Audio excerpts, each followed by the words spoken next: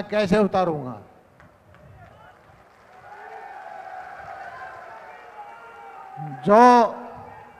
जो समर्थन आपने दिया है, जो मेरे भाई मेरे मालिक बैठे हैं, जो प्यार दिखाया है, मैं समझता हूं कि आपका कभी कर्जा ना मैं उतार पाऊंगा ना मेरा परिवार उतार पाएगा। आज सौभाग्य है कि आज के वक्त के सरदार पटेल, जिसके देशभक्तों के वो प्रेरणा स्रोत हैं, और भाई कश्मीर की समस्या का समाधान करने वाले, आप, ये सैनिकों की भूमि है, ये वीरों की भूमि है। आप याद करो कांग्रेस के वक्त में हमारे भाई, हमारे परिवार के बच्चे जब कश्मीर में उनकी पोस्टिंग होती थी और वर्दी में जब उनको पत्थर मारते थे, नीची गर्दन करते थे, तो हमारा सिर झुक जाता था। इस कांग्रेस की वजह से सिर झुक जाता था। और जो नासूर था, कांग्रेस ने इस देश को जो नासूर दिया था धारा 370 का, उसको समाप्त करने वाले हमारे अमित शाह जी आने वाले हैं। और मैं मेरे साथ बैठे हुए सारे भारतीय जनता पार्टी के वरिष्ठ नेता, इनके सामने भी सिर झुकाता हूं। जिस तरह से आदरणीय रामविलास शर्मा जी ने मुझे पटा पहनाया है, शर्मा जी, मैं आपका कहीं पर भी सिर झुकने नहीं दूंगा और इस ब्राह्मण के पट्टे की इज्जत पूरी रखूंगा। मेरे साथी कुलदीप बिश्नोई जी, मेरे साथी रामचंद्र जांगड़ा जी, भाई धर्मवीर जी, और मेरे मौसी के लड़के जनरल वत्स जी, हमारे मुकेश जी, भाई उमेश पातवास जी, वरुण स्वर्ण जी, और हमारे दोनों महामंत्री और महामंत्रियों के महामंत्री सामने बैठे। भाई, भाषण देने का आज वक्त नहीं है। आज आपने भारतीय जनता पार्टी की तीसरी बार सरकार बनने वाली है, उसकी नींव डाल दी है, गारंटी से है कहते हैं। मैं आदरणीय अमित शाह जी के सामने रखना चाहता था कि ये जो जमीन है, ये चौधरी बंसीलाल जी के कर्मभूमि है। यहां पर नहरों का जाल बिछाया, पूरे हरियाणा में सड़कें बिछाई, और किसानों की जीवन दशा को सुधारने का काम उन्होंने किया।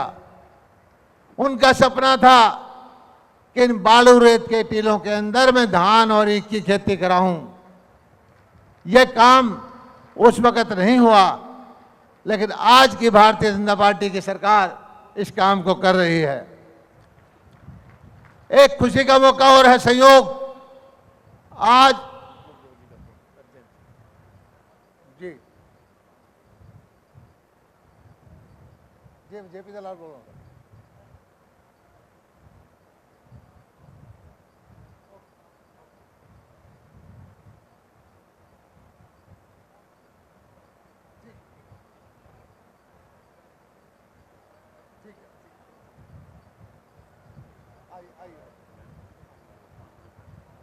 आ गए हैं साहब, 2 मिनट में आ गए, उन्हीं से बात हुई है। मैं तो एक चीज, आज सौभाग्य कोइंसिडेंस कि हरियाणा में तीसरी बार सरकार बनने की शुरुआत विश्व नेता हमारे प्रधानमंत्री नरेंद्र मोदी जी के जन्मदिन भी आज ही है। आज के दिन ये शुरुआत हो रही है और मैं समझता हूं यह अलख बाबा की नगरी पूरे प्रदेश के किसान के कल्याण के लिए, गरीब मजदूर के कल्याण के लिए आशीर्वाद दे रही है।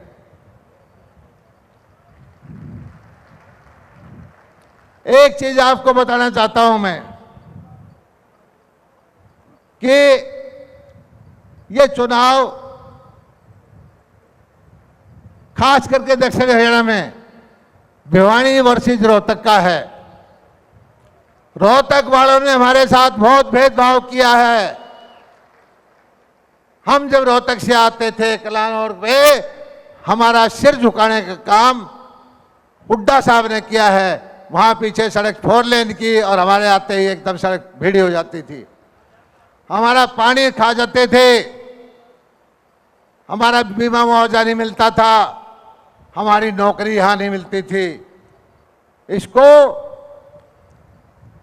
गरीब के प्रतिभाशाली बच्चे, मेरिट वाले बच्चे की नौकरी नेता के रिश्तेदार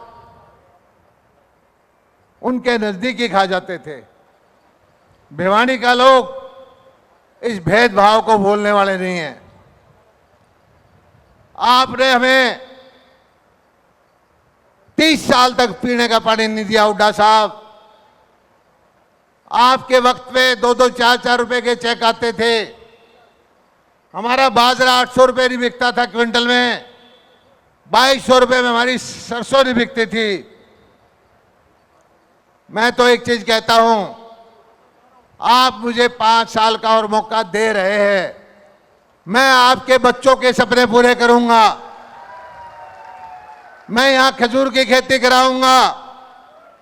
मैं यहां किसान के बच्चे जो सपने ले रहे हैं कि वे विश्व के किसी भी देश के मुकाबले के सुख सुविधाएं लें, वो मैं यहां पर पूरी करूंगा। यहां पर मैं औद्योगिक क्षेत्र बनाऊंगा और धर्मवीर जी से मिलकर हम कोशिश कर रहे हैं कि एक सड़क सीधी निकालेंगे हवाई अड्डे पर। लोहारू से दिल्ली हवाई अड्डा 1.25 घंटे में होगा और दिल्ली का, गुड़गांव का उद्योगपति यहां पर कारखाने लगाएगा। जिन भाइयों को सरकारी नौकरी नहीं मिलती उनको घर से बुला के कहेगा कि आप आइए मेरे भाई, मेरे यहां काम करिए। ऐसा मेरा सपना है। मुझे भरोसा है कि जिस तरह से असंभव काम था यहां पानी लाने का, जिस तरह से यहां मुश्किल काम था 24 घंटे बिजली देने का, जिस तरह से यहां मंडी चलाना, किसान के खाते में पैसे देने का मुश्किल काम था, जिस तरह से यहां सड़कें बिछाने, नहरों को पुनर्निर्माण का मुश्किल काम था, जिस तरह से यहां बड़े बड़े प्रोजेक्ट आए हैं, वो काम हो गया। तो ये 2-3 काम तो आपके मैं 2 साल में निपटा दूंगा भाइयों। उसके बाद तो और कुछ सोचेंगे। मैं तो आपसे एक प्रार्थना करता हूं कि मैं आपका सेवक हूं, आप पे शासन नहीं करना चाहता, आपकी सेवा करना चाहता हूं। मालिक आप हो, सेवक मैं हूं। और मैं धन्यवाद करता हूं भारतीय जनता पार्टी के शीर्ष नेतृत्व का। उन्होंने हरियाणा के लोहारू हल्के पे विश्वास रखा है, आपके नेतृत्व पर विश्वास रखा है। अब आपने इतनी जोरदार नारे लगा करके अमित शाह का स्वागत करना है कि देश के अंदर कोई उसका मुकाबला नहीं कर सके। लोहारू का मुकाबला दुनिया में ना कोई कर सकता है, ना कोई करेगा। जब अमित शाह जी आए, खड़े होकर के गुंजा देना, दिल्ली तक आवाज पहुंचा देना कि मोदी जी को पता चल जाए कि अमित शाह जी कौन से इलाके में गए हैं। ये वीरों की भूमि में गए हैं, किसानों की भूमि में गए